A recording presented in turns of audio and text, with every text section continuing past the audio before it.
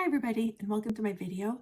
Tonight's video is about the 5 books that I didn't like in 2024. I shouldn't say it's the 5 books that I didn't like the most, I guess, in 2024. And yeah, so I went through my list of all the books I read this year, including audiobooks. It turns out there was a lot of audiobooks.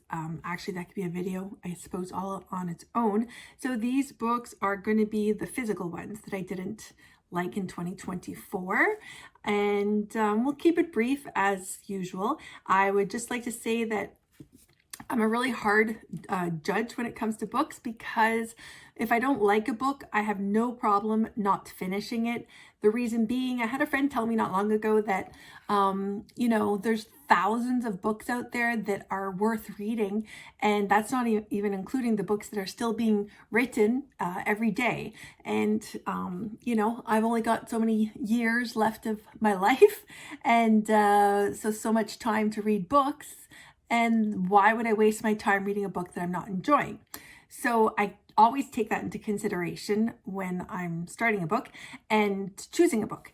And yeah, I mean, if I read a book, I'll usually give it 100 pages. And if after 100 pages, it's not catching my interest or it's not keeping my interest, then I have no problems putting it on the shelf. So the first 2 books I'm going to talk about are actually books that I did not finish. And that is, one of them is The Remains of the Day by Kazuo Ishiguro.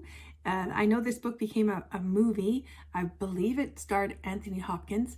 Anyways, this is an older book. Somebody told me to read it. I read it, and it was so boring.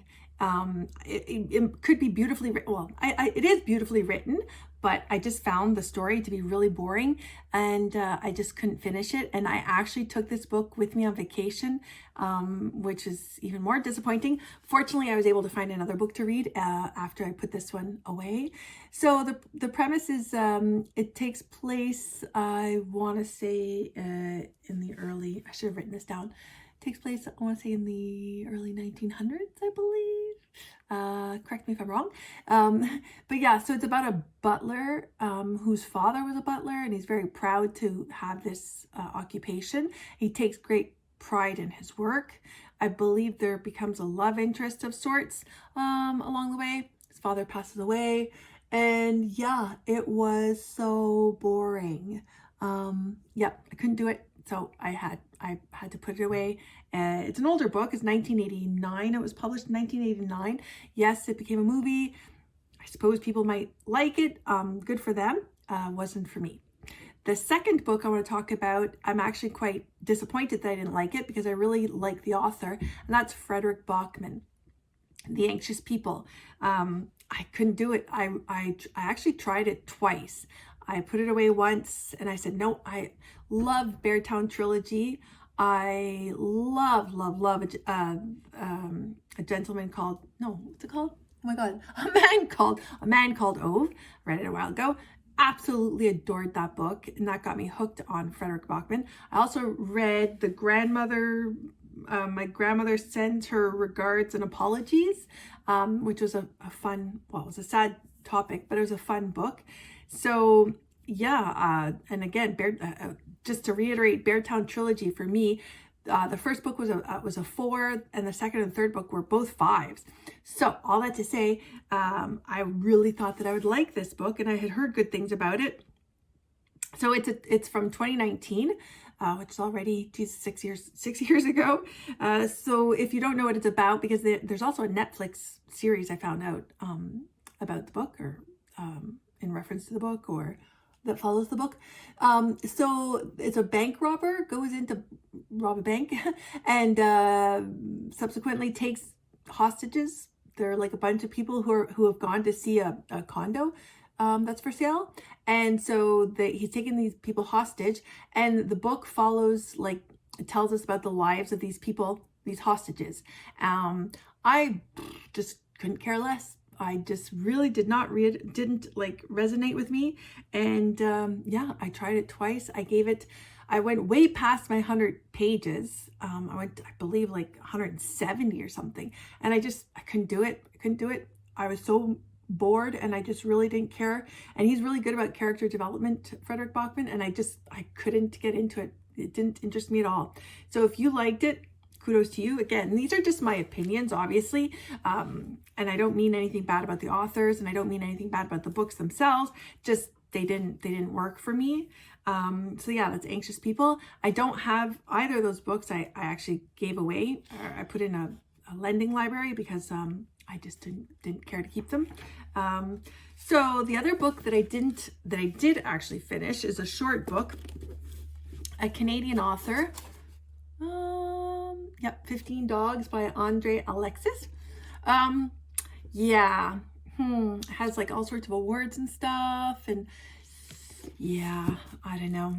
I couldn't do it. Okay, so I just wanted to read my notes briefly about that book, 15 Dogs by Andre Alexis. 2015 is when the book was published. It's a Canadian author. And yeah, I mean, I always want to give Canadian authors a go because I'm Canadian. But yeah. So the premise is Hermes and Apollo, the gods, make a bet. And the bet is to grant a group of dogs that are at a Toronto vet clinic human intelligence. And the idea being that with this human intelligence, the dogs would be more unhappy than humans are. So what we see are these dogs then, some of them are embracing the new change. Some of them are against it and want to, continue their old ways. And we just follow the lives of these lives. I don't think the book isn't that, is it long as far as their lives go? Anyways, we follow their struggles and their challenges and the disputes amongst the groups. Though again, those who wanted to be, who enjoyed being like humans or thinking like humans, and the ones that didn't. And then every so often, Apollo and Hermes, who aren't supposed to get involved, they're supposed to just observe, throw in some, of their own loopholes, not loopholes. They intervene when they're not supposed to. Anyway, it was different, to say the least. Again, kudos to you if you liked it. Just didn't sit well with me. Yeah, let's just leave it there. The third book that, the fourth book that I wanted to talk about was Vita Nostra by, and I'm going to do this horribly and I apologize in advance for saying these names incorrectly, Marina and Sergei Dyachenko. So this one, yeah, what can I say about this one? Give me a second here. I lost my notes. Nope, I didn't write notes. I'm going to find my notes about this book. I know what it's about. So the premise is this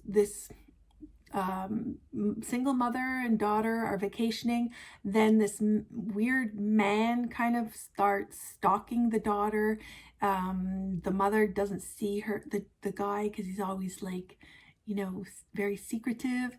And then he approaches the daughter and says that he's got an offer for her. She's got special talents. So he takes her away to this special school, and there she learns to embrace her mysterious talents.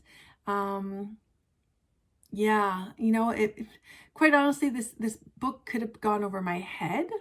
I'll admit that. A little bit supernatural. They become matter. They become a thought. I don't know. It's really weird.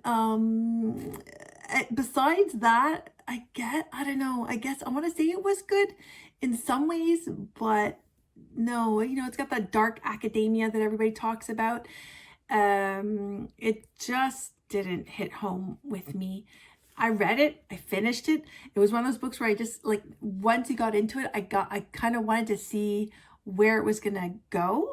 Some really odd, interesting things happen. It had potential, but again, the whole idea of it, or I'm not a very big lover of fantasy world and, UFOs even, and all that sort of stuff, doesn't really interest me. So maybe that's why it didn't resonate with me. Witches, and I like witches, but I didn't read the Harry Potter. Sorry, I haven't read Harry Potter. But Lord of the Rings I loved, so take from that what you will. I know they're not the same, but whatever, fantasy. So yeah, this didn't work for me. If you read it, I don't think a lot of people have read it. And I picked it up honestly because I thought the cover was really cool. I had no idea what the book was about when I picked it up. So yeah, that's it for that one. So the last one I'm going to talk about is All Fours by Miranda July. I'm almost embarrassed to say that I read this. I don't know why I picked it up. Why did I pick it up? Oh, it turns out that my friend had asked me to get it for her. So when I did, I ordered it. And when it came in, because I order books for my store, when it came in, I guess it took a while, and I didn't remember that she'd asked me to order it for her. So I saw it come in. And I was like, oh, I've heard about this book. So I brought it home and started reading it. Oh my God, I almost shelved it so many times. It's like at certain times, it's cringy. I know it's popular, like I think people have talked about it a lot, but I think it's because it's like one of those books that you're like, wow, some of the scenes in this book are gonna stick with me forever. Yeah, and again, like if I come across somebody who's read it, then I'm sure we'll both look at each other like, oh my God, like you read that?